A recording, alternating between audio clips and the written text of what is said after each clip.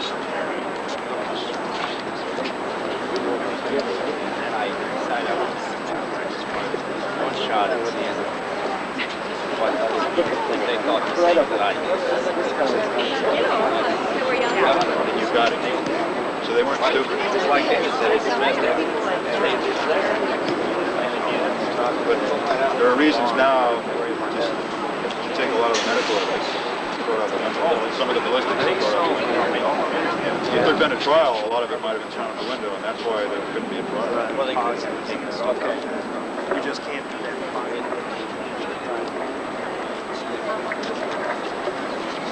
On this, the anniversary of the 35th anniversary of the death of John F. Kennedy, it is most appropriate that we are here at the memorial, not at the scene of his death, but at the scene of his living memory.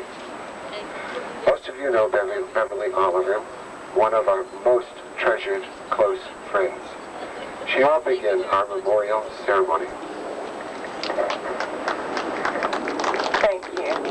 And I always feel very honored to be a part of JFK Lancer and what they do, because they always do it first class, and they've done a tremendous job this year, and we just thank all of you from the bottom of our hearts. Most of the time when I sing at these, I sing the Star Spangled Banner that they have asked me today to sing, my favorite, and I hope it's many of your favorites, Amazing Grace. It's amazing, so amazing. It's amazing, so amazing. Amazing grace, how sweet the sound that saved a wretch like me. I once was lost, but now I'm found. Was blind, but now I see. Through many dangers, toils, and snares, I have already come. His grace has brought me safe thus far. His grace will lead me on. When we've been there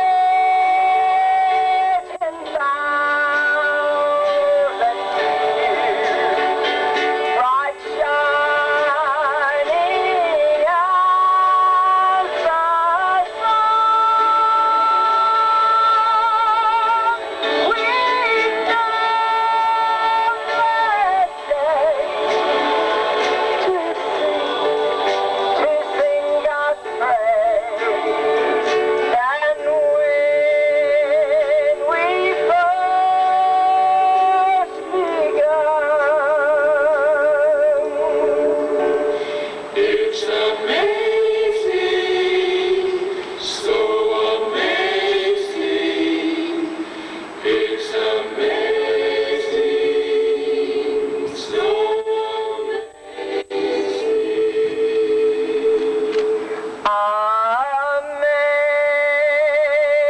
Amazing grace.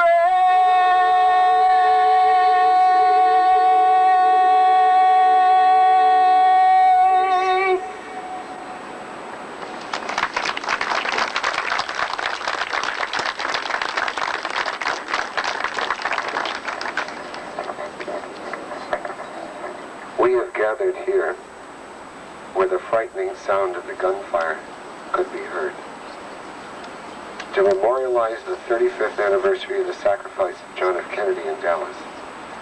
on November 22nd, 1963, and again now in 1998. But we are gathered here not just to remember a murder. We're here to memorialize a man, to comprehend his life, to understand his death, and to celebrate its enduring meaning. John Fitzgerald Kennedy was a president of great promise. Despite those who have said he did not fulfill those promises, we know that his brief 1,000 days were filled not simply with promise, but with accomplishments, some of them stirring and long-lasting. John F. Kennedy and his brother embraced the cause of civil rights, joined forces with Martin Luther King, repaired Soviet-U.S. relations, signaled that peace would be a key issue in his '64 election campaign, established for the first time significant nuclear arms control, reached out with real compassion to Latin America, began serious negotiations for better relations with Cuba, introduced real and major economic reforms to benefit all of the American people. He appreciated the best in both U.S. and world culture, and he became aware that any protracted Southeast Asian conflict had to be avoided.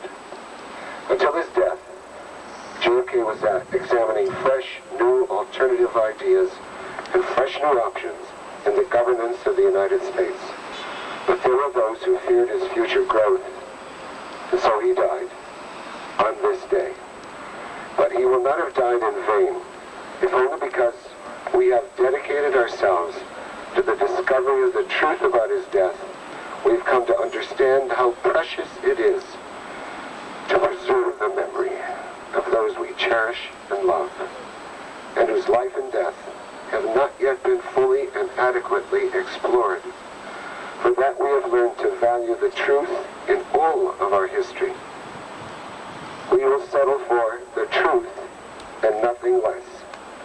That day the clock on the depository read 12:29, and the president's car turned a corner, and then turned again, and then came the awful noises, and then came the terrible loss and the terrible time. Let us remember him then, with just a moment of silence, for his spirit now moves among us.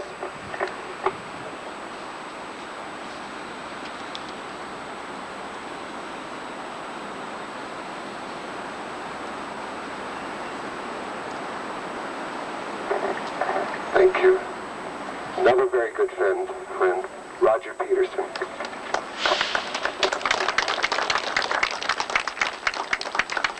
Good afternoon.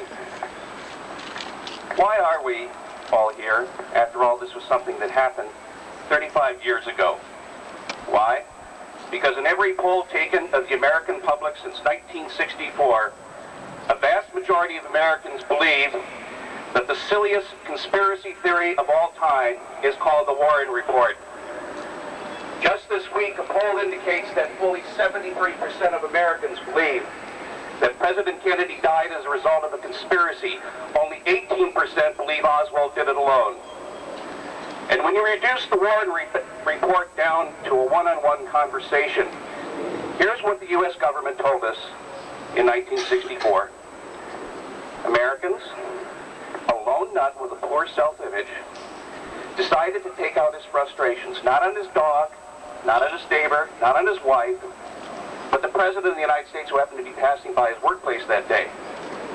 And further, the Warren Report claimed that 2 days later, by gosh, what a surprise, another lone nut came along, and in spite of his background in the mafia, and in spite of his sleazy businesses, Jack Ruby was hit with this sudden bolt of moralistic awakening that he had to keep Jackie from going to Lee Oswald's funeral. So Jack Ruby, the second lone nut, felt the moral need to kill the first lone nut. Y'all got that? Let's be real. The kind of plot lines of the Warren Report are what fiction publishers reject routinely as unbelievable, too simplistic, juvenile, and silly. The silliest of conspiracy theories then went a little further. The Warren Commission, feeling their oats, then claimed, oh, by the way, these two lone nuts had nothing to do with each other, but but we got to lock up all the information so you can't find anything out about them for 75 years, and the fact that they didn't loan each other. Back in Minnesota, where I come from, we have an expression. Among the things that they locked up for 75 years, oddly, is Lee Oswald's income tax returns from the 1950s, and more oddly, his mother's income tax returns. That's something we really don't need to know for 75 years. And contrary to what you have heard from the defenders of the Warren Report, the evidence that's coming out of the Assassination Records Review Board's work is overwhelming, especially the medical evidence. It is no conspiracy theory at all that evidence now shows the autopsy team at Bethesda examined 2 brains, not 1, and the testimony of other witnesses, including the official photographer and 2 FBI agents, confirms that fact. It is not a conspiracy theory at all that the actual testimonies of 24 Bethesda autopsy team members each cited a massive exit wound in the back of Kennedy's head, not in the front. Your government altered the Bethesda testimonies in 1979 and concealed them until the JFK Records Act came along in '92 when we found the lies. Independent researchers, and by that I mean physicians, engineers, lawyers, not kooks, not buffs, not theorists, working with hard facts, not theories, had confirmed more.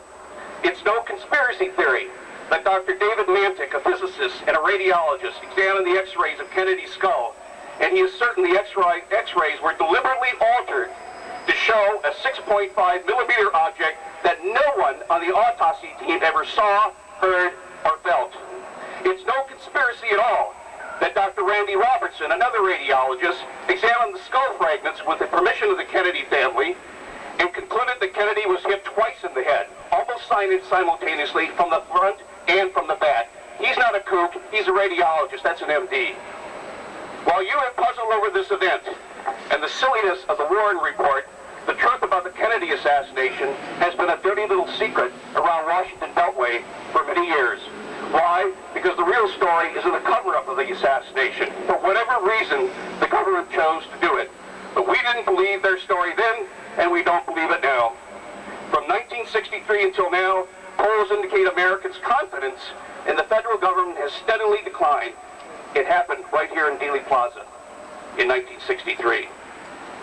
We who are in the research community will not give up on this case. We're going to be here for the 40th anniversary. We're going to be here for the 50th anniversary. We're going to be here for the 75th anniversary. And then we're going to pass the torch to a new generation of Americans who will be here for the 100th anniversary. Our vigil will not end until some U.S. president, in some era, after receiving all the classified briefings handed down from one president to another, has the courage to say, we must be made whole, this record must be set straight. Then and only then, we will gather here for the last time, confident that we have done what any citizen in a democracy must do, defend justice. God bless the memory of President John Kennedy, and God bless America.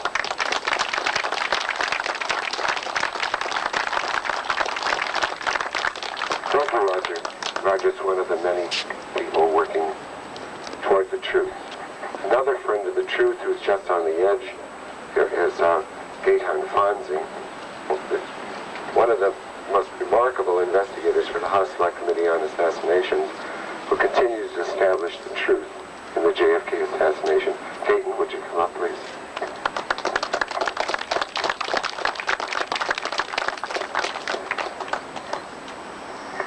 Thank you.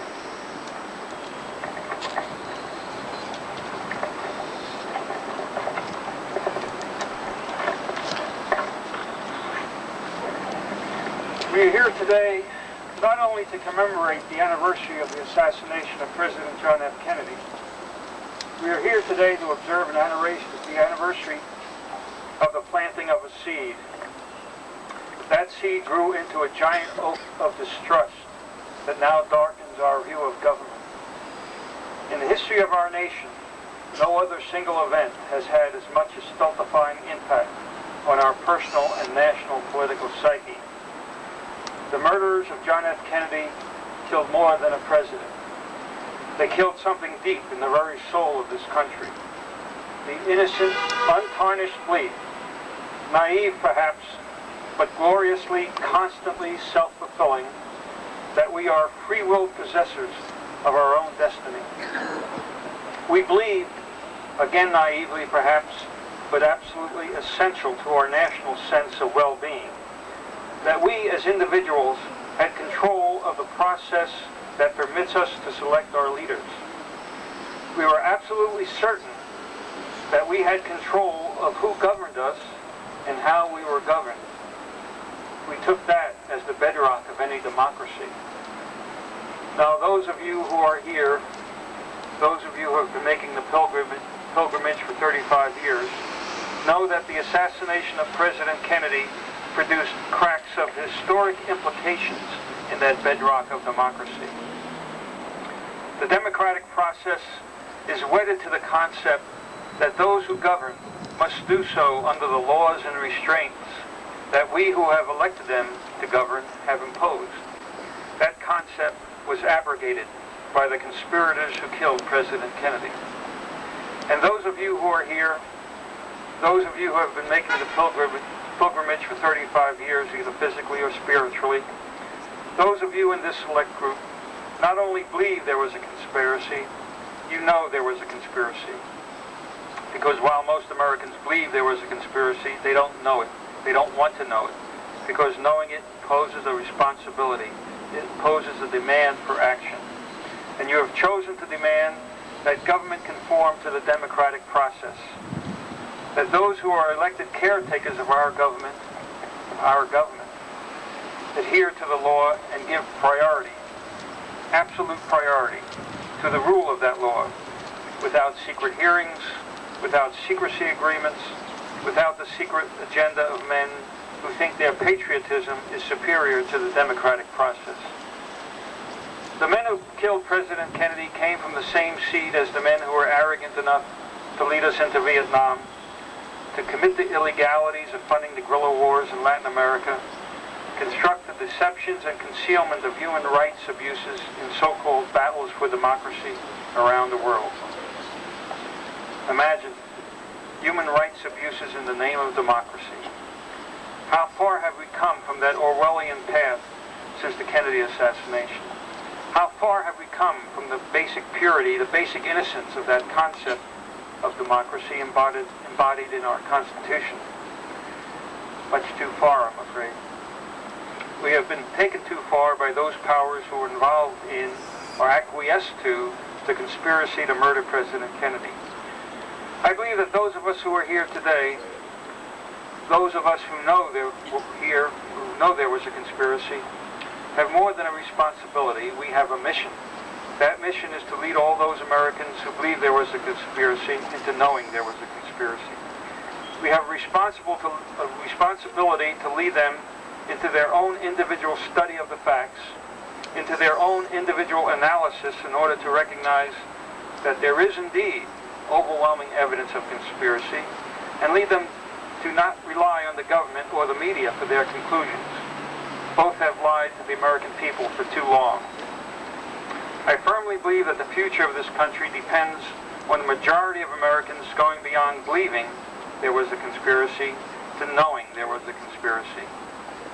The future of the democratic process depends on it.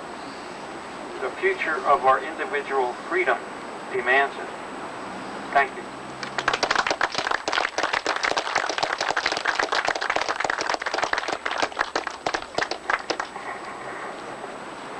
Last year at the 34th anniversary research conference, JFK conference, we had the great pleasure for the first time having a member of the Kennedy family join us in the conference, speak to us at the conference, and join us in it trying to establish the truth in the assassination of John F. Kennedy, where she does not believe the official story. Before I introduce her, I want you to do something with all of us. I'd like you to join Carrie and all of us and walk through the memorial and touch it. I think it will be an incomparable memory. Join me in celebrating with her her memories and ideas and feelings about one of her favorite people and her cousin, John F. Kennedy, Carol McCarthy.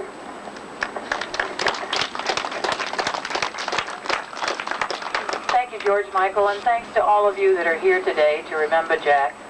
Perhaps it's fitting that we're here in front of the memorial that the people of Dallas contributed to remember Jack. Many of you know that Philip Johnson, who was the architect of this memorial, designed it with a feeling that John F. Kennedy's memory would be in the center, unobserved by the city often, but with the top allowing his spirit to rise above the city. I'd like to think that Jack's spirit is here with us, as well as at the plaza. But for 35 years, thousands have paused in reflection to remember him, and thousands more come to Dallas to remember a man whose life touched ours. My cousin John Fitzgerald Kennedy was President of the United States, the 35th president to be honored, to be allowed by this nation and trusted to lead. As a leader, he inherited a world not at peace with itself, yet not fully at war. Danger surrounded the American people, and John Kennedy learned quickly to transfer from a World War II hero who said very honestly, "I became a hero because they sunk my boat." But he became a Cold War warrior, aware of the tragic destiny that the war could bring to all countries of this world.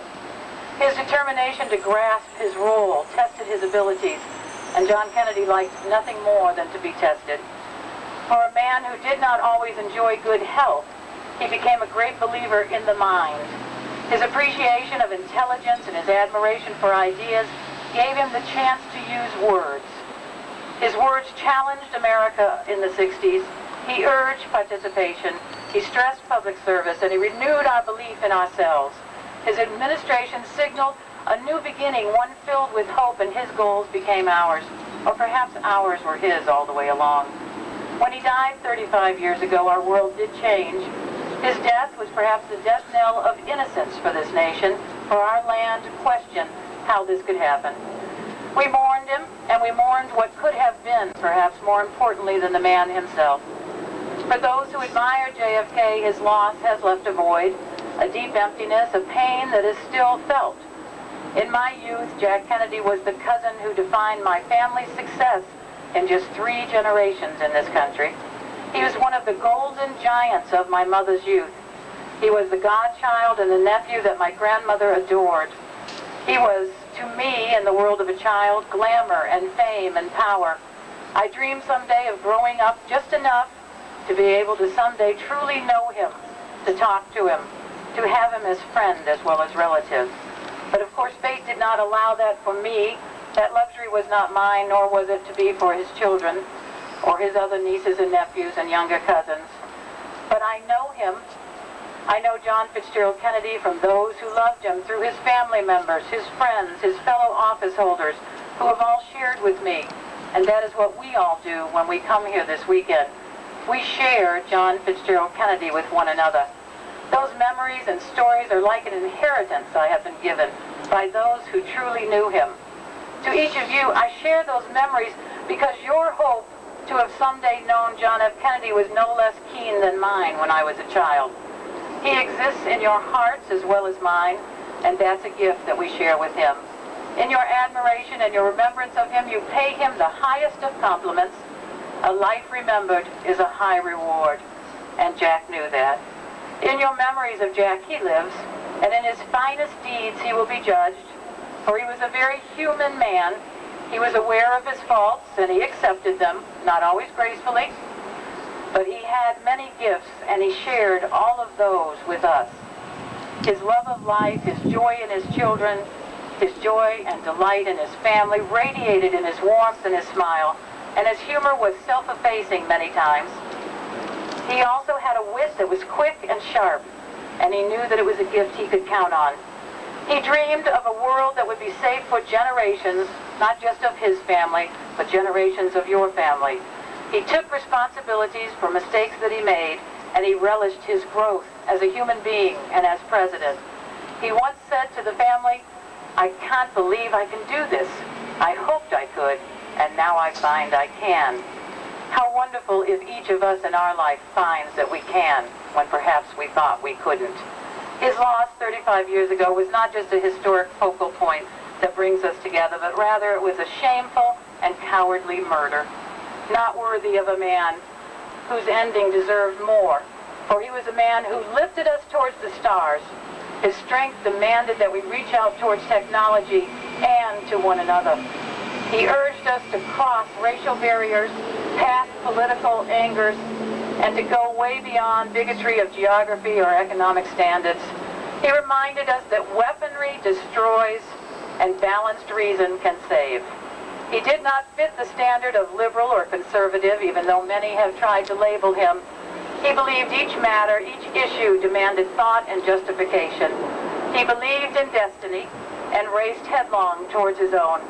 We witnessed his strengths and his weaknesses and his triumphs, and we lived sadly through his greatest tragedy. His life was one of wealth and achievement and love, for he was loved, and perhaps today is still loved by millions who never even knew him. How honored he would be by that fact. In this city where his life ended, his ideas can still be felt. In the JFK Memorial that stands behind me at the 6th floor museum, even at Dealey Plaza, and in the minds of those at JFK Lancer. For here in Dallas were the faces that he saw last in his earthly voyage. Here in Dallas, the first tears were shed upon news of his death. And here in Dallas, the world began to cope with a death that was so senseless. We come here not to merely mourn, but fittingly to remember him, like the Celtic kings of his clans in past generations. It is more fitting to remember him with laughter, with pride, and with understanding. For in his sense of history, he would be pleased enough to know that he made a difference. His truth was ours, neither saint nor sinner. He was mortal, gifted yet imperfect, blessed and ultimately cursed. In our hearts, he was our own. And as such, let us pledge soon that we will find that his death will be viewed in terms of justice. A truth must one day be part of his epitaph. For now, let us be at peace that he was here with us, even for a short while, because like a beautiful sunrise gone quickly, he would want us to enjoy the rest of the day. His words guide us even today. He reminded us that the poet, the artist, the musician continue the quiet work of centuries, building bridges of experience between peoples, reminding mankind of the universality of feelings and desires and despairs, and reminding all that the forces that unite are deeper than those that divide. So as a member of his family, allow me to thank each of you today for caring and urge you to unite in a new spirit of hopefulness, for that is a tribute we can pay to a man who believed in us, a man who stated emphatically, we celebrate the past to awaken the future. So then today, in his memory, let us celebrate our past, including John F. Kennedy, and forge a path anew towards our own future, inspired by his spirit. Thank you all, and God bless.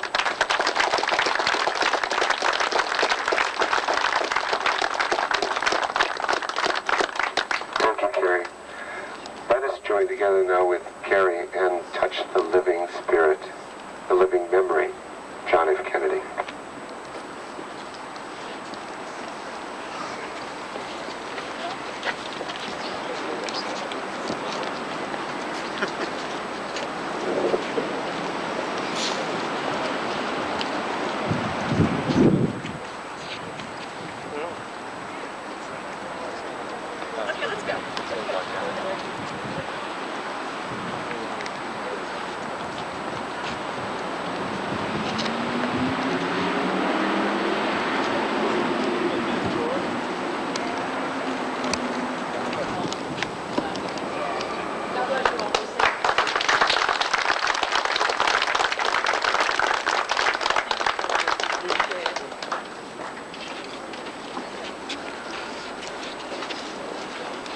We, in fact, are not the free people that we want to be and that we have been and we should be as a nation.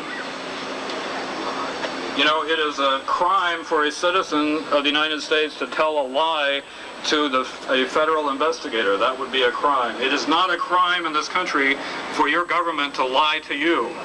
And we think that's an unfair kind of relationship that exists between us and our government.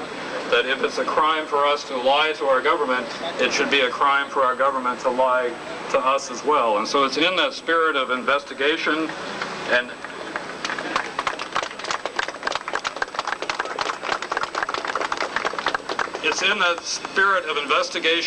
of honest inquiry that our organization has worked.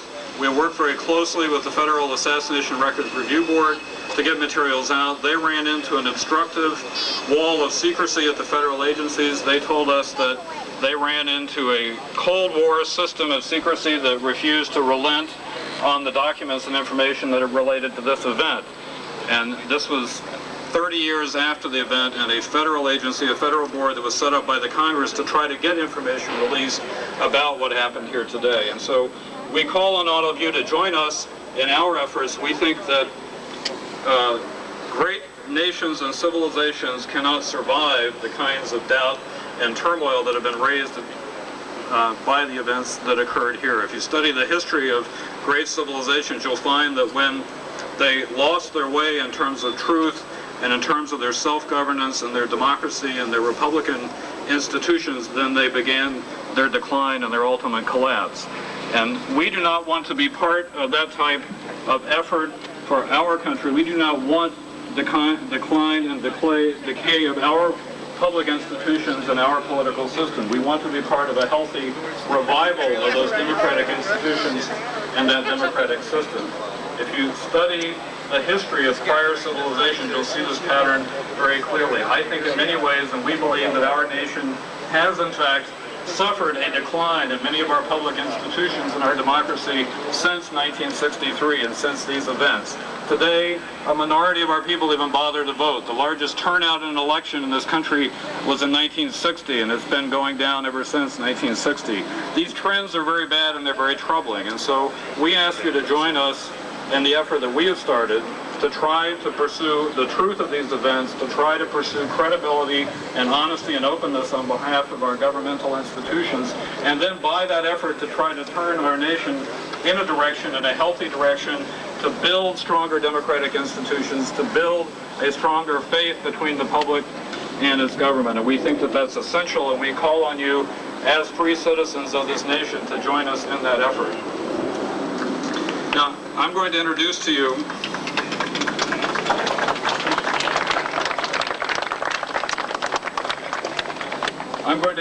a series of speakers who have been very involved in this issue and can give you the benefit of their experience as well. The first one will be Mark Lane. Mark Lane was one of the earliest researchers into this case. He did tremendous groundbreaking work and recorded much of his work for posterity, and Mark Lane has written on the assassination very extensively. And at this point, let me introduce to you Mark Lane.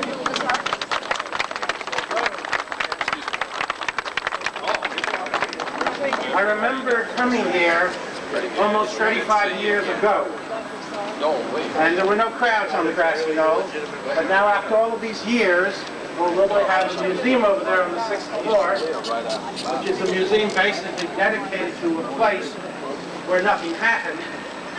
They don't have a plaque over here, and they should.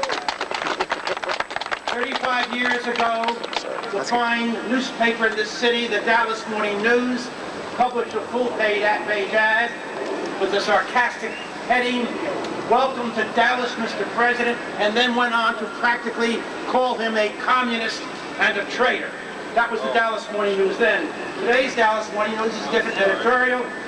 Kennedy's legacy, the time is ripe for another surge of idealism. No references now to John Kennedy being a communist or a traitor. Now he's a great man. They'll tell us everything about John Kennedy, everything, except who killed him. Because look at the rest of the Dallas Morning News. 35 years later, when every survey in America shows that 75 to 95% of the American people are convinced that there was a conspiracy to kill John Kennedy. Here we go in the guise of a book review. Today's Dallas Morning News. Oswald alone killed Kennedy. Oswald alone killed Tippit. One man, two murders. They're still with the same story. I have but one word for the Dallas Morning News. No, that's 2 words. I have but 1 word. Shame. Shame on you. You are disgracing the city of Dallas. Yes. And it is not fair to do that. I'll tell you where there should be plaques in this city. There were a number of brave, courageous residents of the city. People, longtime residents of Texas, who had the courage to speak truth to power in the face of threats and intimidation. Right over there was Jean Hill. And she's still there, 35 years later. One of the first to tell the truth that came from behind that wooden fence, and they attacked her and ridiculed her. There should be a plaque over there commemorating Jean Hill, right on that spot where she's standing. Back up here, and the railroad tower was Lee Bowers. Yes. He was brave, and he came forward, and he said, talked about license plates of cars, because he could see what was going on back there, in that parking lot area behind the wooden fence on this grassy knoll. He talked about what he saw, the bumper stickers, the license plates. When the shots were fired, he said, my attention was riveted to that wooden fence.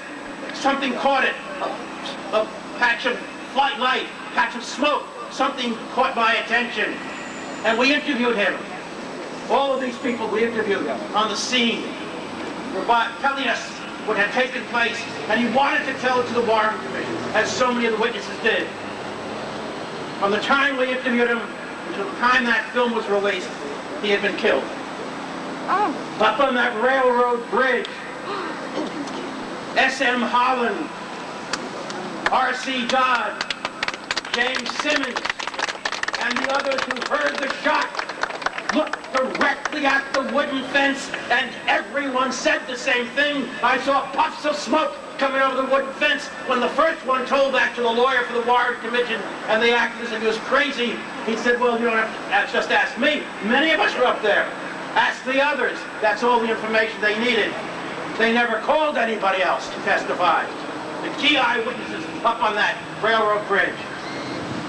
That area here, the grassy knoll area, should be called the Lee Bowers Memorial Park.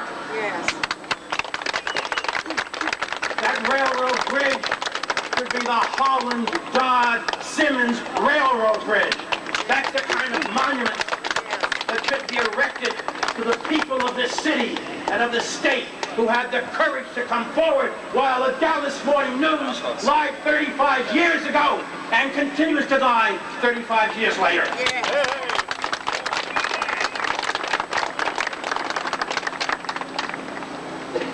This is the place where our leader was murdered. This is hallowed ground, and the people of this country know it. This is supposed to be the largest tourist attraction in Dallas. I was here yesterday, I was here this morning. Of course, people are here now because of what's speaking, because of the program, but I was here yesterday and this morning, and people were all over the grassy knoll looking at the area. I didn't see them all looking up the 6th floor of the book depository building, because the people of America know the truth, even though the government is unwilling to share the information with us. That day in Dallas, in this city, at this location, when the government of the United States executed its own president, when that happened, we as a nation lost our code of honor, lost our sense of honor. That can only be restored when the government of the United States, and it will not do it without us insisting and marching and fighting and voting and putting this matter on the agenda, but when the day comes that the government of the United States tells us the truth and all of the factual details about the assassination, including their role in the murder, when that day comes, for the first moment, honor will be restored to this nation. Thank you.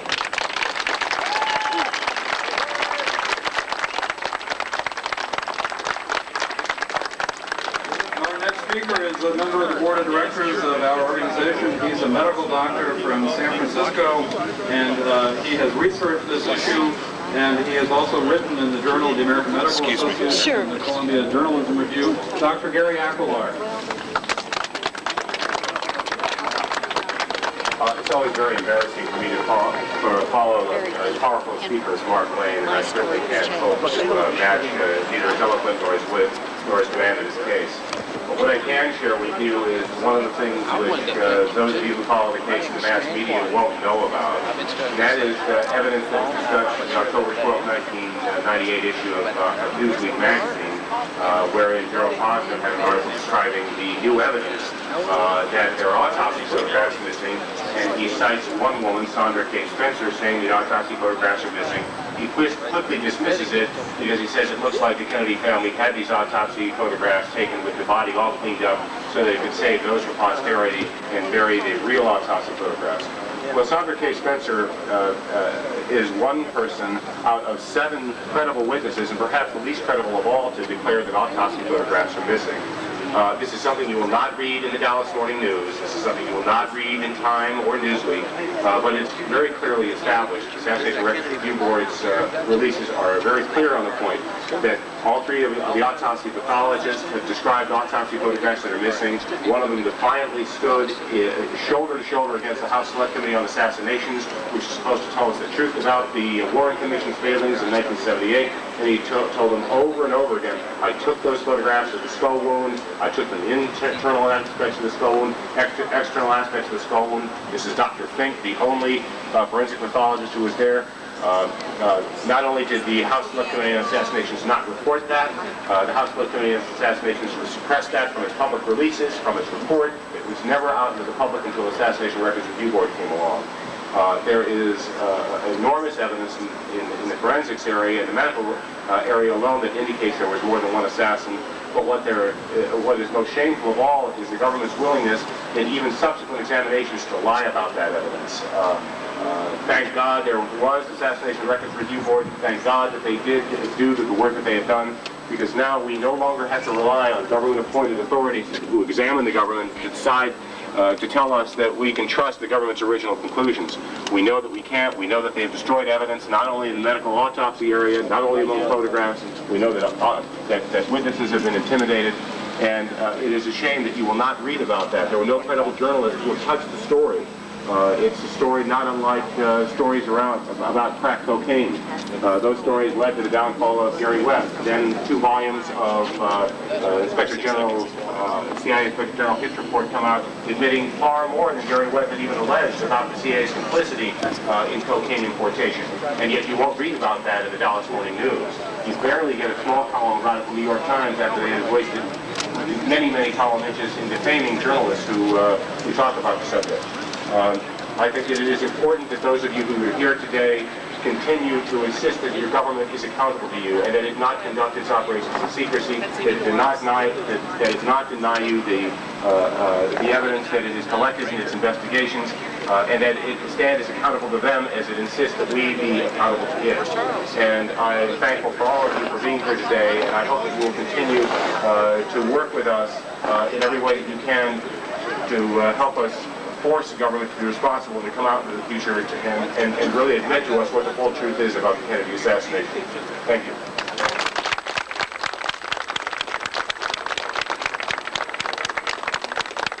Our next speaker is another member of the board of our organization. He is a professor of political science at the University of Massachusetts at Dartmouth.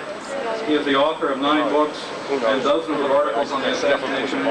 Dr. Philip Melanson.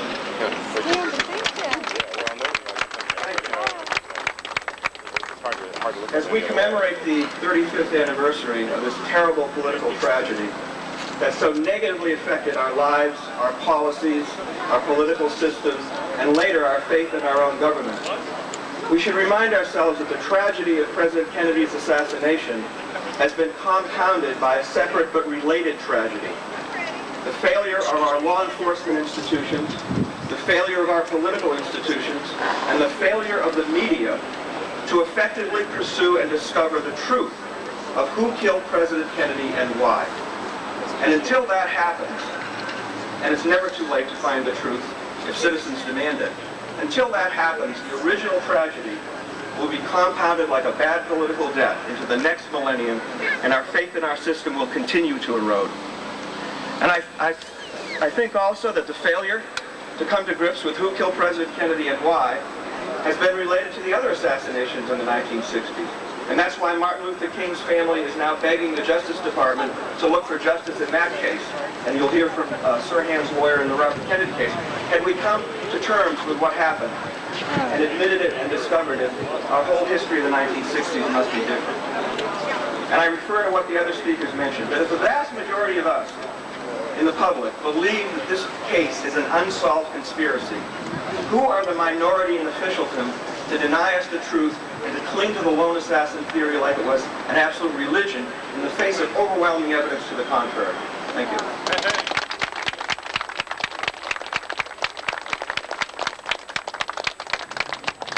Our next speaker is an acclaimed author and professor of history at the University of Maryland.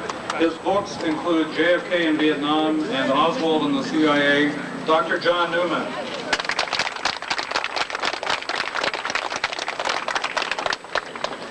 I would like to say a few words about the media and a couple of the new developments for all of you gathered. You probably all know it anyway, but it's a good moment to remember a couple of these developments and what's been going on. But I want to start by saying when I come here at this time of the year, I remember another place, a place connected to this place. And without the events that had happened here, this other place wouldn't exist, and that's the Vietnam Memorial in Washington, D.C. And it's a memorial unlike any war memorial in the world. I mean, I've been to Russia and China and Germany. People often frequent those war memorials. They have names on them like arts do, but they eat lunch there and they talk, and it's a nice place to be. I don't know how many of you have been to the Vietnam Memorial in Washington, D.C., but nobody hangs out there for fun. It's a very, very somber place because there's still something going on there, something very deep that took place in our country. It's still in our psyche and our culture, and it connects directly to Dealey Plaza, and I think most people know that.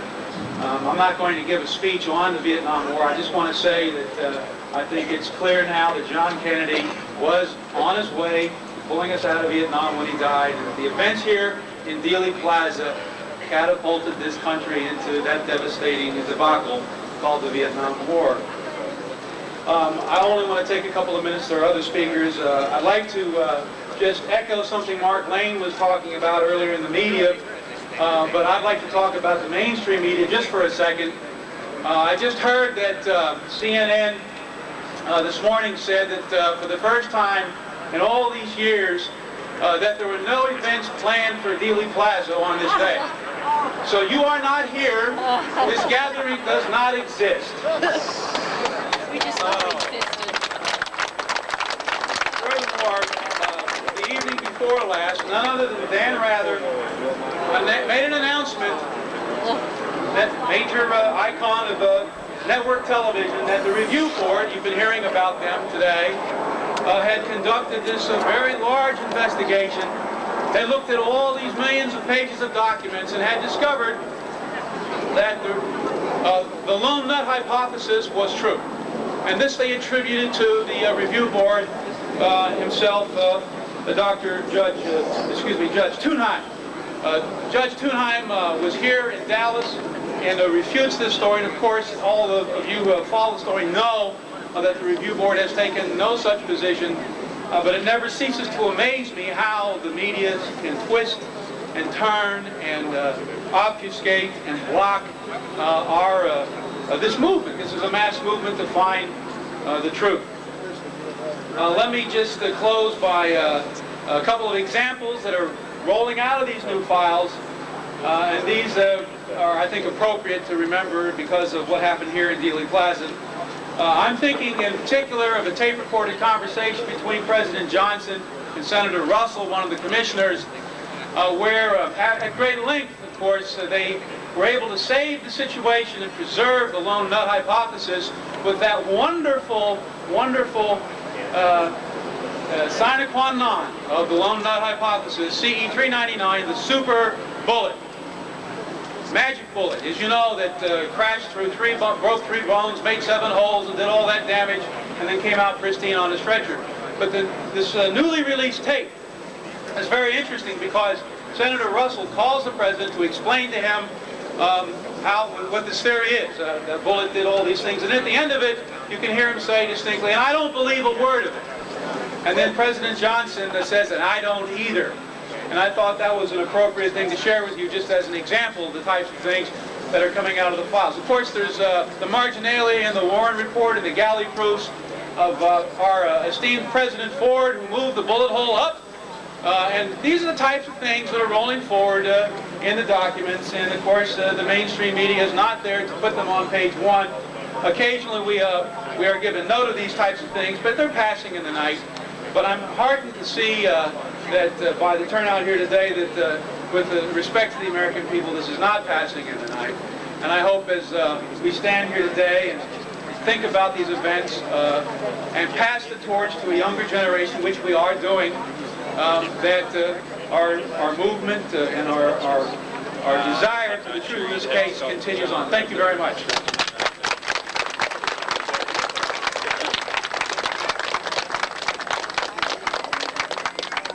We're now getting close to the hour of 12:30, and so we want to move into the part of our program, which is the memorial for the events that occurred here 35 years ago. And for the purpose of that part of the program, I'd like to introduce to you the executive secretary of our organization, COPA, and a man who's devoted himself for a number of years to working on the project that we have with our organization, but also to doing his own independent research on the issue of the assassination. I think those of you who have had experience to work with John Judge know of his serious and sincere commitment to investigating the issues that are at stake here, and to his contribution that he has made to the history of investigation of the assassination. He has really been the heart and soul of the work that we have done through COPA. He's put tremendous volunteer effort. He's sacrificed and suffered a great deal from the efforts that he has made that have gone largely uncompensated.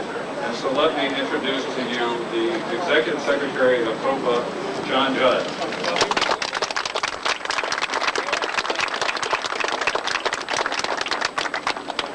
It's interesting to see such a crowd. I, for the better part of the last 25 years, came out here every year, usually with maybe 5 or 6 people, often in much worse weather than this, on November 22nd each year with the researcher Penn Jones, who some of you know, who passed on this year, and this is the first year that we've been here without him in our, at least alive. He hadn't been in our presence for several years because of deteriorating with Alzheimer's disease. But Penn has passed on, and Penn did early work on the deaths of the witnesses. From the inception of the national security and military intelligence state in the late 1940s, the history of this country has been a commodity that's owned by that national security state. And the people that don't own their own history are a conquered people. And much of the effort that I put in relation to the coalition, separate from my interest in the particular assassination, has to do with that idea of taking our own history back, of owning it ourselves. And much of it is still locked up in government vaults and hidden from us. And we're really the only ones that can restore it. 35 years ago, in my view, there was a coup d'etat here in Dealey Plaza. And the government has really not recovered in any significant way toward democracy since that day. Not that it had pure democracy up until then. It was compromised in many ways already. But Kennedy began to represent for people hope and change and a response from the top levels of government to the popular movements of the time for civil rights, for arms limitations, for an end to the Cold War, for decency from the corporations in this country. And Kennedy was responding to popular movements in a way that presidents after Kennedy rarely have. And so what was assassinated here that day was not just a particular man or a particular president, but a sense of hope by the American people. And I think that the government has let us know over the last 35 years fairly consistently that they did kill the president. And they killed him from a very high level. And that if they can kill the president, they can kill any of us they'd like to. And that we should sit down and shut up and get out of the way. But I'm hoping that there's enough of America and decency left in people in this country, and I get evidence of that all the time, that we can understand that there are more of us, and we can think, and we can own our own lives, and we can take back our own democracy if we want it.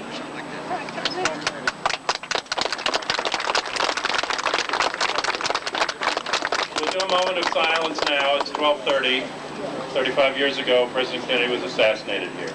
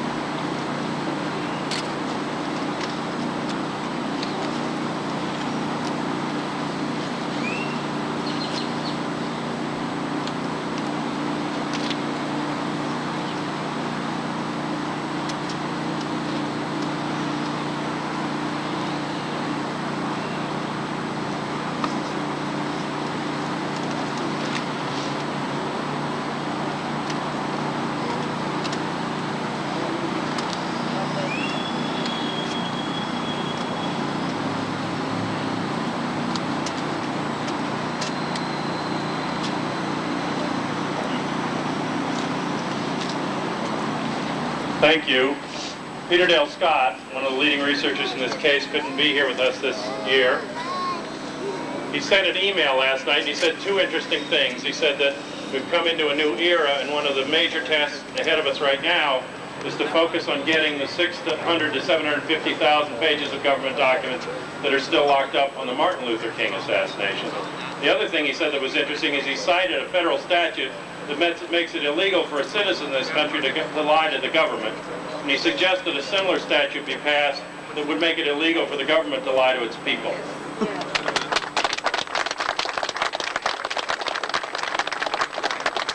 I hope that you will take this topic seriously and continue to act for full release of the files and to get at the truth.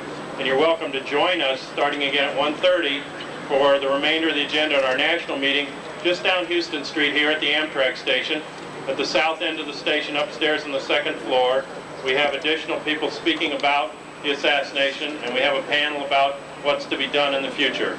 So you're welcome to join us and take your democracy back.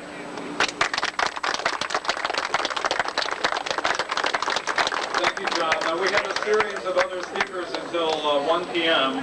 of people who have been involved in the investigation over the past 35 years. The next is William Turner, who has been the author of numerous books on the JFK assassination and the Cuban and Mafia connections. His books have addressed Robert Kennedy's assassination as well. His books have been translated into Russian, Japanese, French, and Spanish. He is currently working on a new book entitled Rearview Mirror, Looking Back. Thank you, Dan. Exactly 35 years ago, plus 2 days, I came down here on assignment from San Francisco for a national magazine to do an article on the breakdown in security that resulted in the assassination being successful. And I was assigned to it because of my background as an FBI agent. I can tell you that when I arrived, the mood was extremely somber here in Dealey Plaza. The floodlights were on. Reporters from all over the world were converging. People had laid floral wreaths and flowers along the curbstone where the shooting took place. It was very eerie, and the headquarters of the Dallas Police Department was a feeding frenzy of reporters trying to find out exactly what happened. I had a very tight deadline, I could only contend with the security breakdown issue at that time, which was that Oswald had been an informant for the FBI, and this was the reason that they had not furnished his name to the Secret Service prior to the presidential visit. There was one other thing that I remembered, is I talked to a patrolman named Welcome Eugene Barnett, who had been posted in front of the school book building in crowd control at the time of the assassination. And he told me that a woman had come running from the grassy knoll, it wasn't known as that early, and told him that shots had been fired from here. That being the case, I became very critical of the Warren Commission, and when its report came out, I vetted it closely and found out it was pretty much a fairy tale. I'm proud to say that I was associated with District Attorney Jim Garrison in New Orleans, who tried to reopen this assassination. Jim was a great American, and he was on the trail, as his book said, of the assassins when he was destroyed by the media after the Clay Shaw trial. In any event, the Garrison investigation paved the way for what we know today, and I believe that we really know to a fair degree or a good degree of journalistic certitude what happened. First of all, the motives were piling up. John Kennedy is supposedly had withheld air cover at the Bay of Pigs, motive number one. John Kennedy had failed to invade Cuba during the missile crisis in October of 1962, motive number two. John Kennedy had promised to withdraw from Vietnam, motive number four. And John Kennedy, at the time that he was assassinated, was on a second track, which was to secretly carry on negotiations with Cuba to bring about a detente. These motives piled up to the point where it was necessary to assassinate him. And I think it's very obvious with the compilation of the information that we have today that the whole thing, the mechanism of it, came out of the allegiance between the CIA and the rabid Cuban exiles and the mafia. They already had an assassination apparatus set up for Castro. They switched targets and they hit Kennedy. And I hope that you will join us in perpetuating this investigation, because I think we're getting very close. And believe me, most of the American people feel the same way you do. After the CBS after the JFK movie by Oliver Stone came out, a CBS poll showed that something like 80% of the American people believed it was a conspiracy. 49% believed the CIA was involved. They didn't believe Oswald acted alone. So there's a great feeling in this country that we have been denied the truth, and I hope you will support us in continuing the investigation. Thanks very much.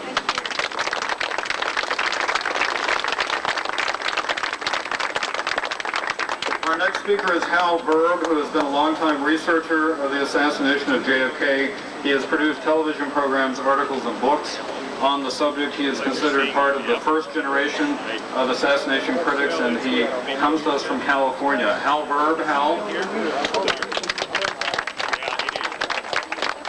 Thank you. I want to tell Coppola I appreciate the fact that you're letting me speak. I hold no special credentials of any sort. I'm just a private citizen who followed this case actually from day one. I have my own personal reasons for why I followed this case. But I want to make a point here. Each and every person was affected by that day. There are witnesses here who I become friends with. There are writers and researchers who I become friends with also. There's a community of interest. These are the Americans. These are the combat veterans in the fight for truth. You want medals to be awarded? Award them to the people who are here. Let me say something about a comment that one of the speakers had said. He said, "You shall know the truth, and the truth shall make you free. I would put it more appropriately, you shall know the truth, and the truth shall make you mad. What was maddening about it is that I never believed from early on that the truth was being told. Never. That's why I continue to participate. As many of my friends know, I'm a collector of quotations. I want to quote you two important quotations which I've gathered through the years. One is by a fighter in the war against slavery, Wendell Phillips, who said, anything that cannot stand the test of truth, let it crack. As a matter of fact, the Warren Commission, the House Select Committee, those efforts, they cracked. This case has cracked, is continuing to crack, and will continue to be cracked as long as people like yourself are here. Now, I just want to make a further comment about my friends who I have known here through the years. Mark Lane, who I worked with early, a courageous man. He wrote the original Jacques email Zola equivalent for the National Guardian. More honor should be due Mark Lane because of that initial courageous attempt. Where were the lawyers? Where were the lawyers who stood out in defense? Only Mark Lane stood up. What was the American Bar Association doing representing Oswald? There, his mouth was quiet. That tells you a lot about the legal situation early in those days. But what about the educators? What about the writers? What about the teachers? Some of you are here. Another thing I'd like to quote is from an author. He was a great author in the 20s and 30s. He was in the Black Renaissance movement. We don't need more cowards. We don't need a cowardly government. We need some more brave soldiers in the fight. I'm calling upon you to ask yourself, ask what you can do for people like us. I know what they can do for you. Thank you.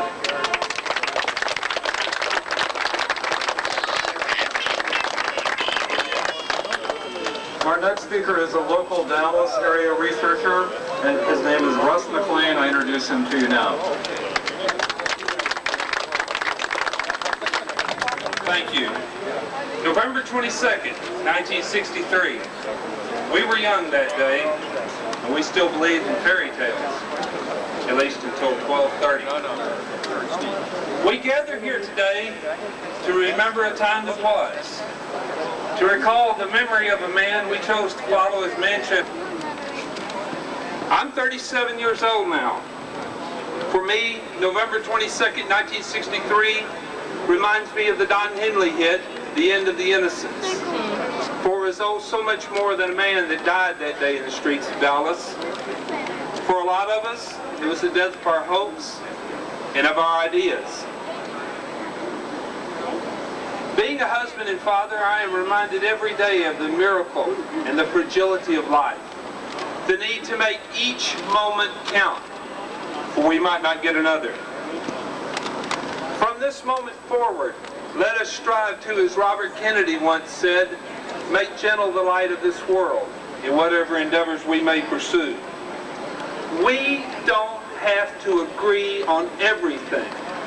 What we have to do is realize the greater good of functioning by one simple principle, the truth, such as exposing the complete and unvarnished truth in the death of John Fitzgerald Kennedy.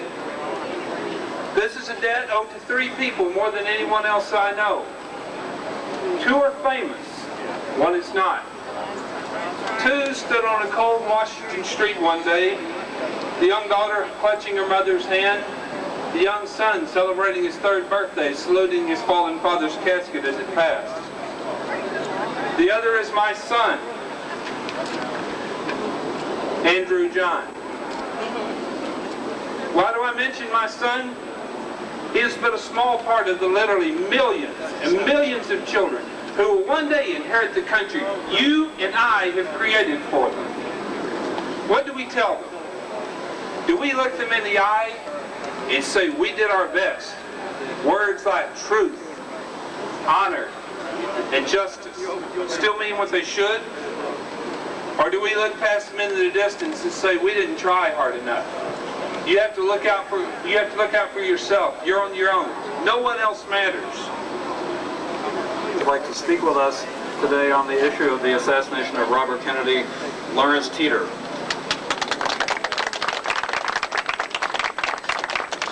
It's an honor to be here with you. We stand today on sacred ground at the site on which the President of the United States was murdered by the security services of the United States government to perpetuate the war in Vietnam and keep the war in Vietnam going and perpetuate the Cold War.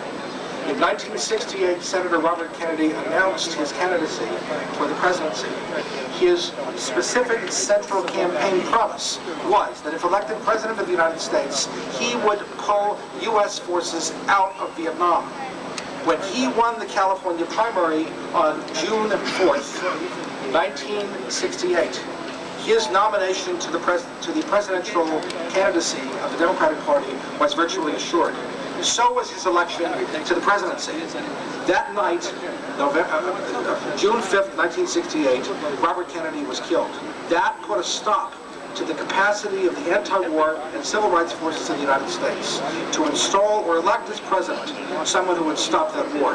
That assassination guaranteed the continuation of the war.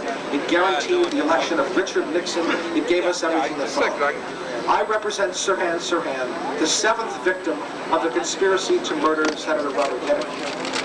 In the case of John Kennedy, there continues to be controversy about the autopsy. Was the autopsy faked, or was it real, and was the body tampered with? Let me tell you why Congress was never willing to look at the Robert Kennedy case, unlike the other two.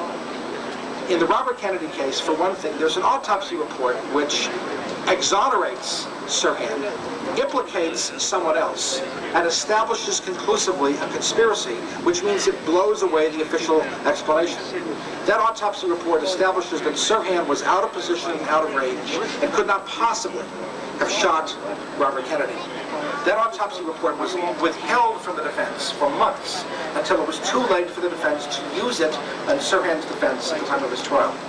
There was massive obstruction of justice by the police. The police learned early on that more bullets were fired in the pantry that could have come from Sirhan's gun.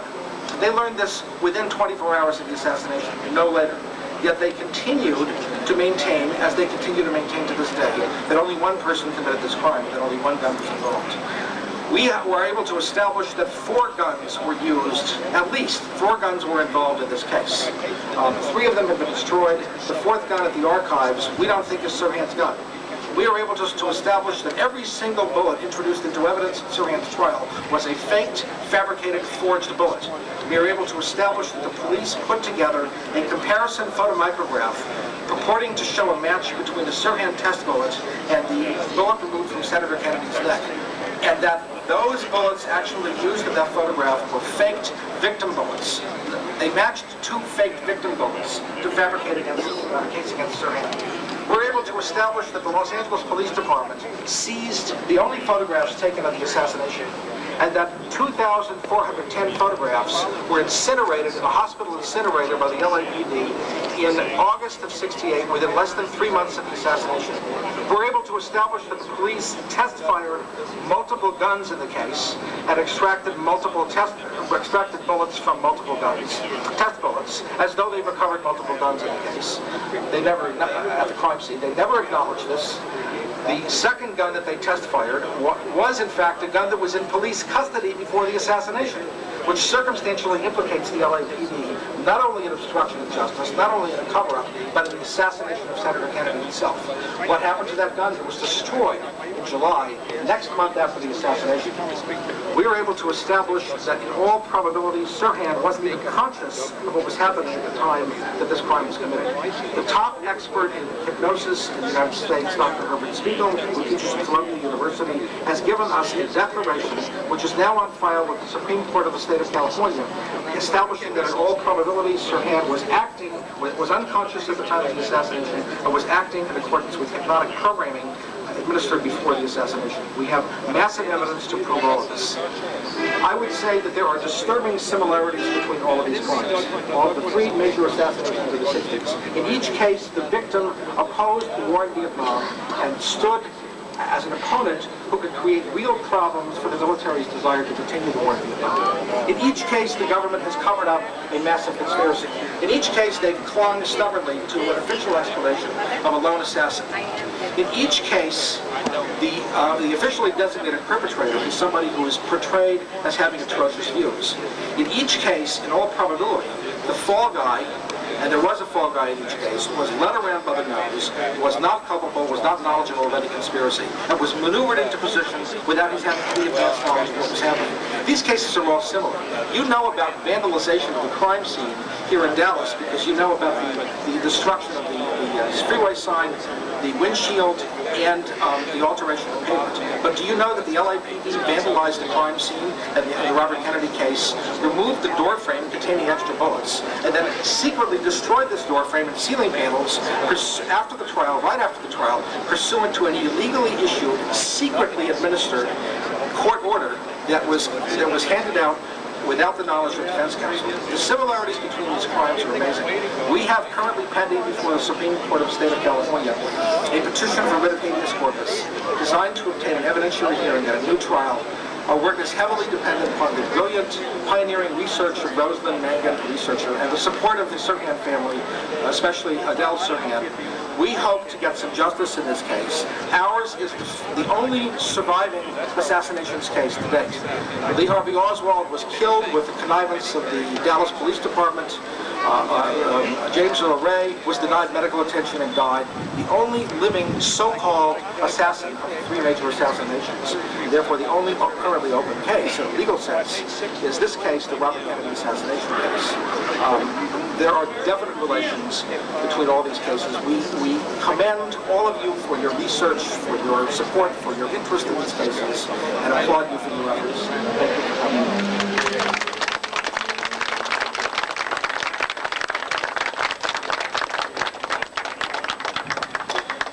We began with saying from the Bible, "You shall know the truth, and the truth shall make you free." We challenge all of you to join us as active citizens of our country to make certain that the truth is known about what happened here 35 years ago, to make sure that public officials, the people who seek to be public officials, are put to the test of how they feel about what happened here and the aftermath and the cover-up of what happened here.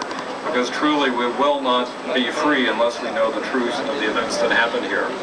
At this point, I'm going to recognize Beverly Oliver. She was here on a similar day 35 years ago. She was standing right across over there on the other side at that time. And I'm going to recognize her, and she is going to sing for us Amazing Grace. Beverly? It is always a privilege mixed with a lot of sorrow to be able to come down here on the 22nd of November.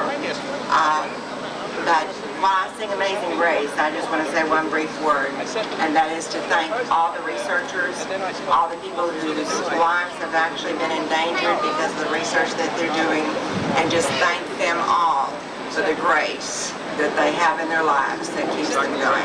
Amazing Grace. It's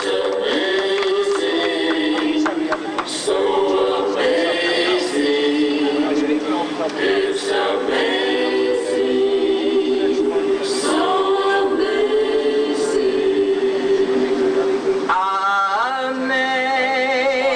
Amazing grace, how sweet the sound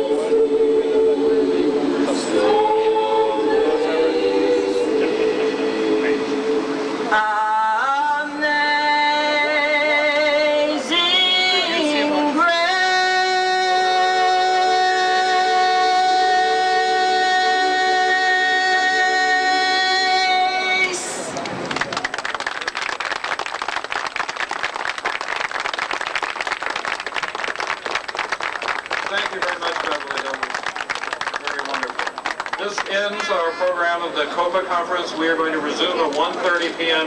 in the Union Station. Anyone who'd like to join us and plan for future events and future activities, please join us over at the Union Station at 1:30 p.m. Thank you very much for being here this afternoon. Let me recognize John Judge for a few announcements. There's some speakers here from another conference that's going on concerning Kennedy assassination held by JFK Lancer. Roger Peterson is here. He's going to make some comments, and also Russ Van de Veerdonk, who was one of the stand-ins for JFK in Oliver Stone's movie. So this is Roger Peterson.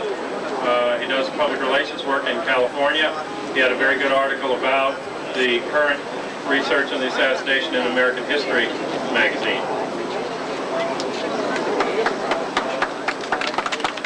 Good afternoon.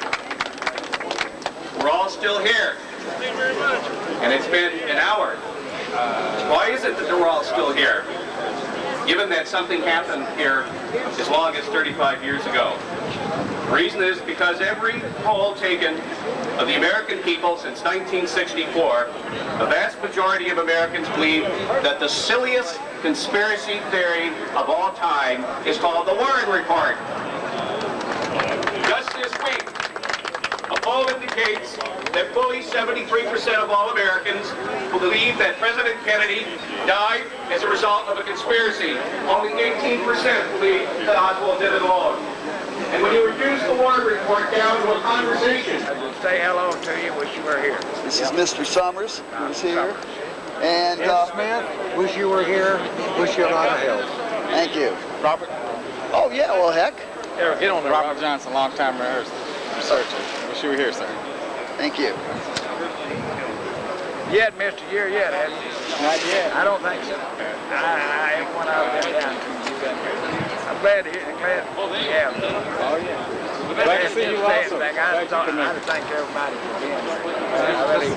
Yeah. We long gone. A lot of the witnesses know you never come down, so I'm glad you took them to come down. Well, I am too. I wouldn't. Oh, yeah. I certainly did. You didn't want to make any comments on the 35th group? No, because I appreciate the fact that they still honor. And I think the world that Kennedy and did. And I want to just thank everyone that was here for being here about 15 years ago. Thank you very much, Mr. Summers. Remember the association here? No. Daltex County Court, I think it's Daltex. Is that the Daltex?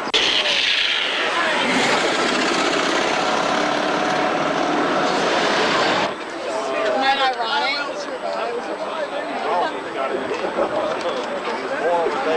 I don't know.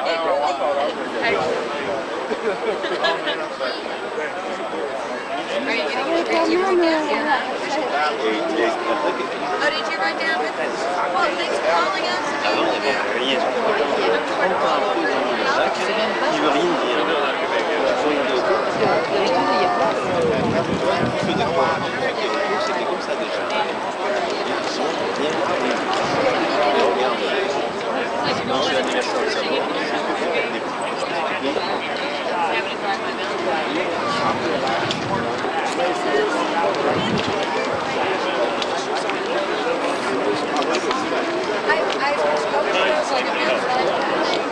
Jason got a new bike, and then I started, which was a road bike, I started riding his bike, which I could go much farther. Jack Ruby Star Dancer. And I'm Madeline Duncan Brown. I had a relationship with the great Lyndon Baines Johnson for 21 years. I had a son by Stephen Mark Brown, who passed away September the 28th, 1990. This is really a sad day here in Dealey Plaza because it brings back some terrible, terrible memories. Thank you very much. You're welcome. Now we go. Okay, I'm Shari Angel.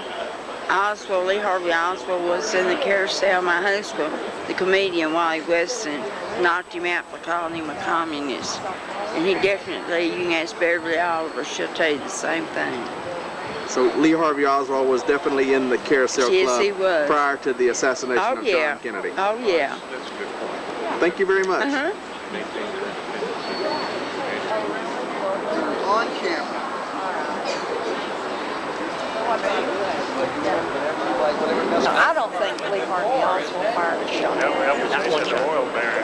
Well, it was the oil and intelligence. Talking to Jean too, she says, flashy. Well, there is a photograph that they refuse to accept that plainly shows a shooter right over here. Plainly. I saw it again. Ed Tatro from Massachusetts had it. We were looking at it and through, you know, some real high-powered tech. That's no book, is it? Any book or anything? No. Yeah, well, no, it's not. It's the Mormon photograph. No, it's not the You're not talking? No, it's not Mormon. I don't know who made the shot. Very, very right over there. Well, you talking about Badge Man. Well, I don't know if they called him The Badge Man, yeah, because that was in the corner of the Mormon photograph. By MIT, Gary Mack went ahead with Jack and had that taken to MIT. And they were it was a firm conclusion that was in fact the man, that the muzzle blast was in fact given depth and breadth.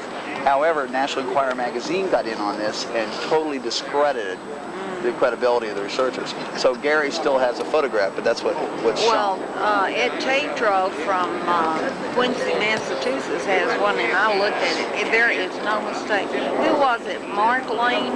They were talking about Posner, and Posner said, case closed. Right. And Mark says, we don't care how many things you have, computers, we have eyewitnesses that saw it. So, you know. Exactly. Where were you at the time of the day when this could happen? Where I was, right over here in the great courthouse. We were finalizing plans to go to Austin. I was with the Democrats, and it may have already happened. Dallas is small, and I was parked over on Market Street, and here these guys were fussing and cussing. I'm lighthearted, and I said, "Hey guys, I'll see y'all in Austin," you know, and I blew him a kiss. Time I walked a block over, get in my car, and I went Houston Street. It takes about 7 minutes to get across. When I walked in to have my hair fixed at Tyches, it was already on the air that he had been shot. So I called Lou Sterritt. And you know, here not long ago I was sitting and thinking, I think a lot about this. And I said, those people that I saw and left should have been at the trademark. They were the head table people. And they were still over there in the courthouse after they all went home. No kidding. What time did Lyndon go to the Murchison party? Someone has asked me, and it seemed like it's about 10:30 or 11 when he came in. Because he was in Houston. He was in Houston, but keep in mind. He's always ahead, wasn't he, of the presidential party? Yeah. He didn't fly in Air Force One to Carswell Air Force Base. No. And of course, we have Loveville. We didn't have DFW. No. Yes, I know. Yes. Murchison lives in the Park Cities, doesn't he? He did live over there near White Rock Lake. Who? Clint Murchison. He lived over here on Forest Lane. Oh, okay. I tell you, it's sad. What people do not realize, it was a turnover in our government. It was the mafia, the oil people, back to the oil people, and the mafia was out. Today, we're experiencing the same thing in Washington. It's the elite trying to control the world. Lay people don't understand this. I'll tell you something else I found out. I had known Bill Moyers since early 50. He was going to, what kind of school to make a minister? I don't know what you call it. Theology or? Yeah. And Lyndon held Air Force One out here until Bill came from Austin to go with him to Washington that day. I was going through the book Elite. Are you familiar with the book on the elite? Well, you need to get it. It's from Galen Ross, I think in San Marcos. Anyway, Bill Moyers' family lived in CIA, all through the years. He is now. Oh, yeah? Interesting. Yeah. You need to get that book. Everyone needs to get the book. What's the name of it? Elite. Where do you get it? Where is it? They have some over at the Conspiracy Museum. Okay. I don't know if Andy has any of them or not, but... That's the Raw Bookshop? Yeah, but the Conspiracy Museum. Anyway, if you read the news, watch the names. It's frightening. Madeline, did you ask Mr. Hunt at the time about what happened? Which time are you talking about? The assassination? Well, I didn't. Let me tell you, in 1960, he came back from the Democrat convention in L.A. They were all upset because Lyndon had not gone on the first ticket. And he was, you'd had to know the old man. I liked him very much. And he said, well, we have lost a battle. We're going to win this war. So after the assassination, we were all frightened, the ones, you know, in the inner circle. So we were told Hunt went on a sabbatical out in Mexico. He didn't. He and John Carrington went to Washington, and they stayed about 3 weeks working on the oil depletion. Hunt came back to Dallas. He was the happiest man you ever saw in your life. He said, well, we won the war. So, you know, you just have to put the two and two together. Mister, did President Johnson more or less confirm that story? Well, see, when I met him on New Year's Eve, people in Dallas were talking that Lyndon was cause of it. So when I said, I've got to...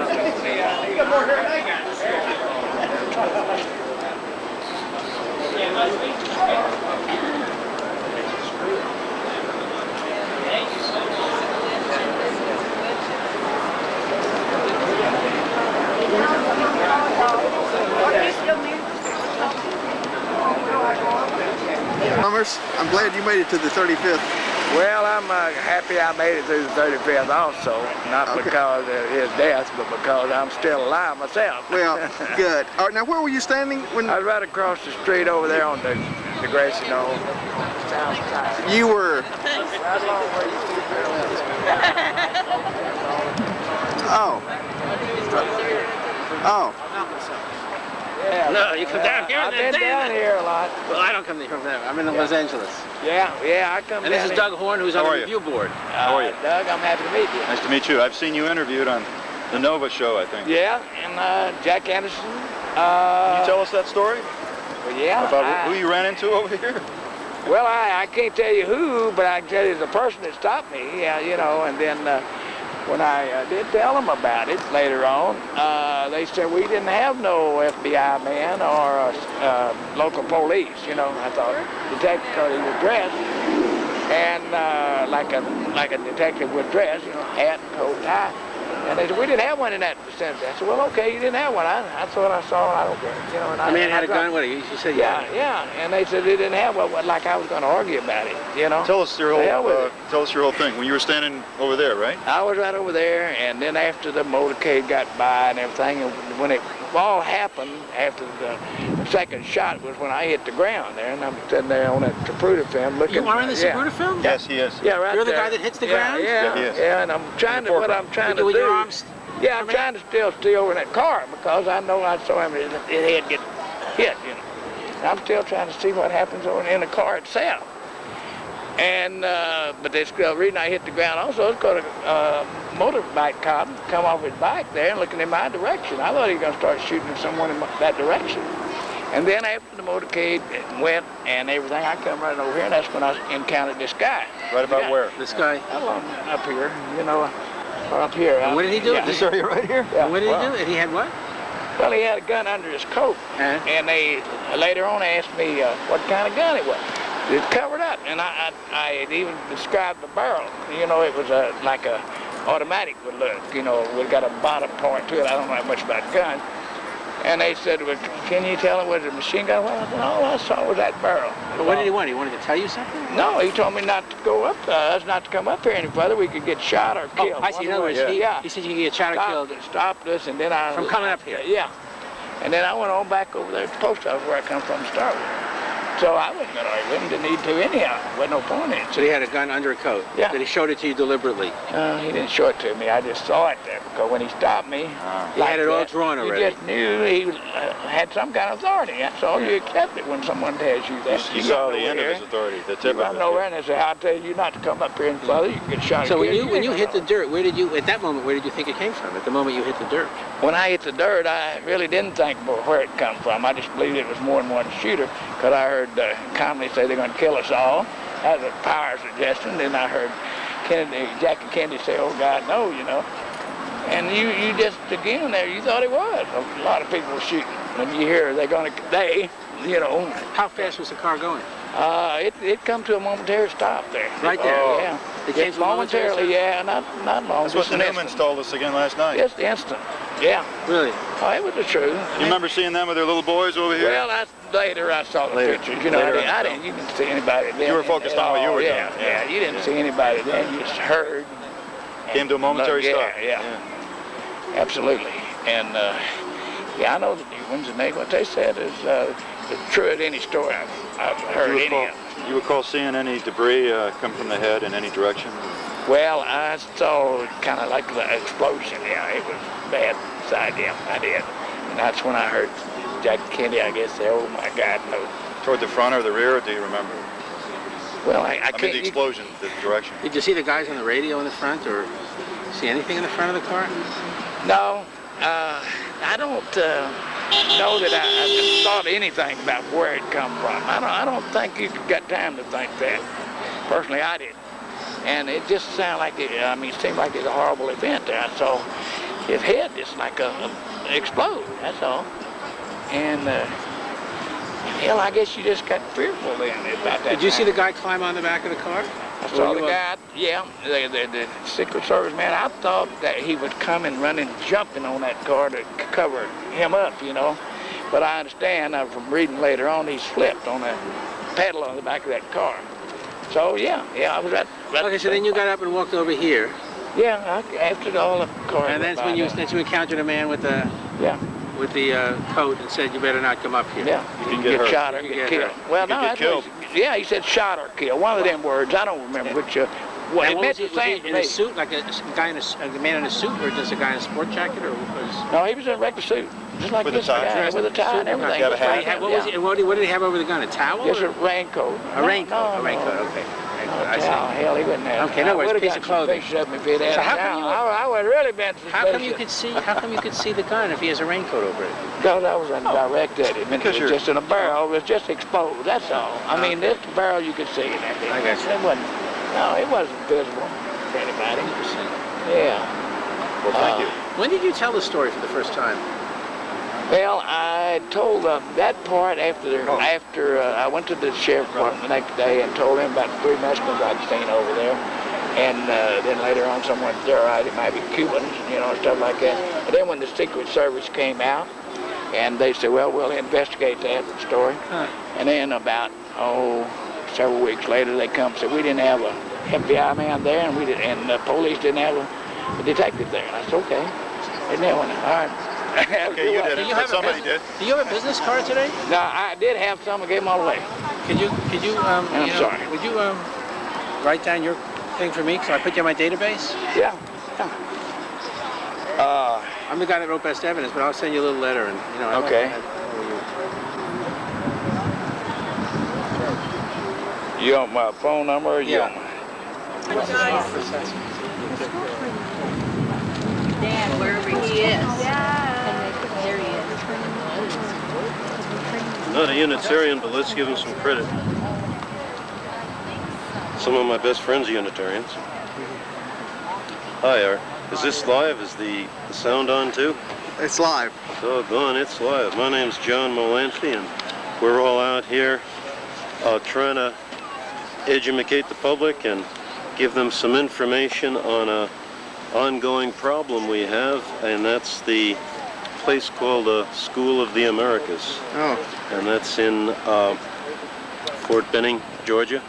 And today, as we're marching around here in Dallas, there's a large national group of people who are going to cross the line, some of them for the second and third time, which puts them in jeopardy of federal arrest, to protest there being a School of the Americas. And what it's been doing over the past decades is to train the military dictators and the armed forces of Central American countries. And it's brought us such wonderful folks like Emmanuel Noriega and the men who murdered the Archbishop Romero, people who murdered the 6 Jesuits, their housekeeper and her daughter at the University of Central America in El Salvador, the men who murdered Gene Donovan and Ida Ford. And you're trying to close this down, or? Yeah, there've been a lot of votes on it in Congress, and it looks like with the latest change, the latest election, that should get even more votes. To kill it. Yeah, it was only 7 votes shy last time, and with enough demonstration and education of the public and people calling their Congress people and senators and all to ask for this, it should pass the next time, and we should finally shut her down. Thank you very much. You're welcome. Thank you.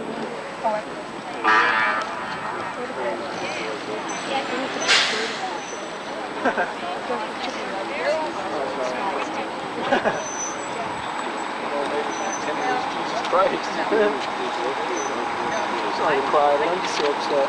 And this is who I did. There, well, and you've been talking about it for a year. Okay. Oh, I'm sorry. That's okay. What was it about their behavior that seemed to be opposite of everyone else? Oh, or why well, were they suspicious? Yes. Oh, here they are there. Here he is. This is Bond 8, Bond 9. Bond 9. What is Bond 9? Is that just a placeholder's name? This is the photographer. Whatever her name was.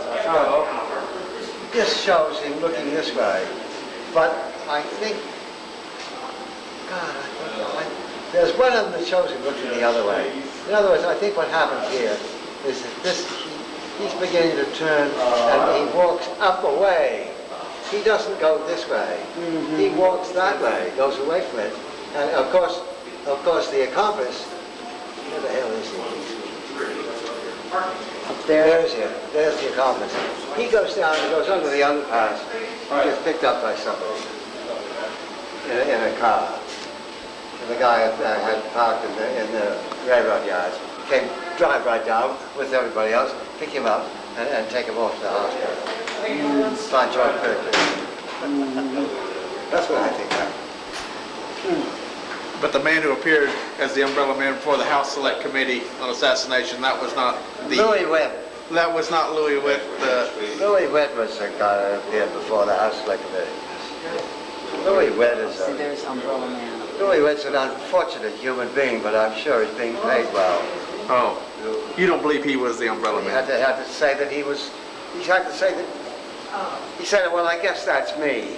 Yeah. He didn't ever really say he was the umbrella man. Yeah. But if you read his testimony, it is absolutely, it doesn't make any bit of sense. It doesn't fit any of the facts. And he was not there. Louis Witt was in... Where was Louis Witt? Louis Witt was in New York. He was under the alias of Gordon Novell. Oh. He was playing Gordon Novell in New York. He was at a meeting in New York, and it was the alias, no, it was the position in 20, God damn it, I think it was in 21, Club 21. But that's what Gordon told me he was. Oh. So that all fits very nicely.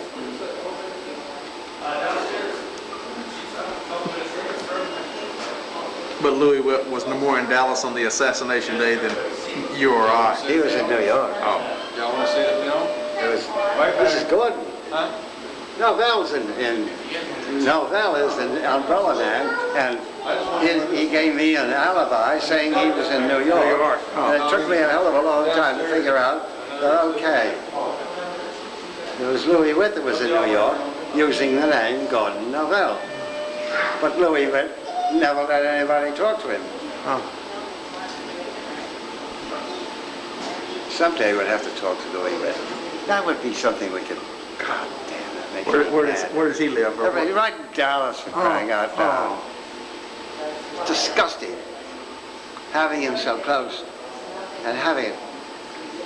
No, it's very, very frustrating. You can't get to him and you can't reach him and he won't come down here.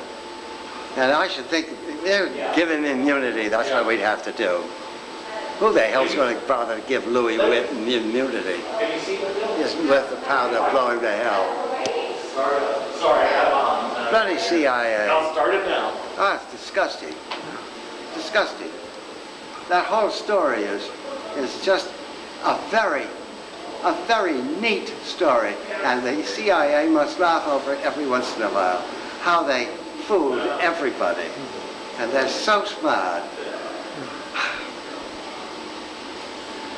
That'd be a good thing to do. Try to get Louis Witt. Try to get Louis Witt to say something. Of course, as soon as you say that, then the whole damn thing falls.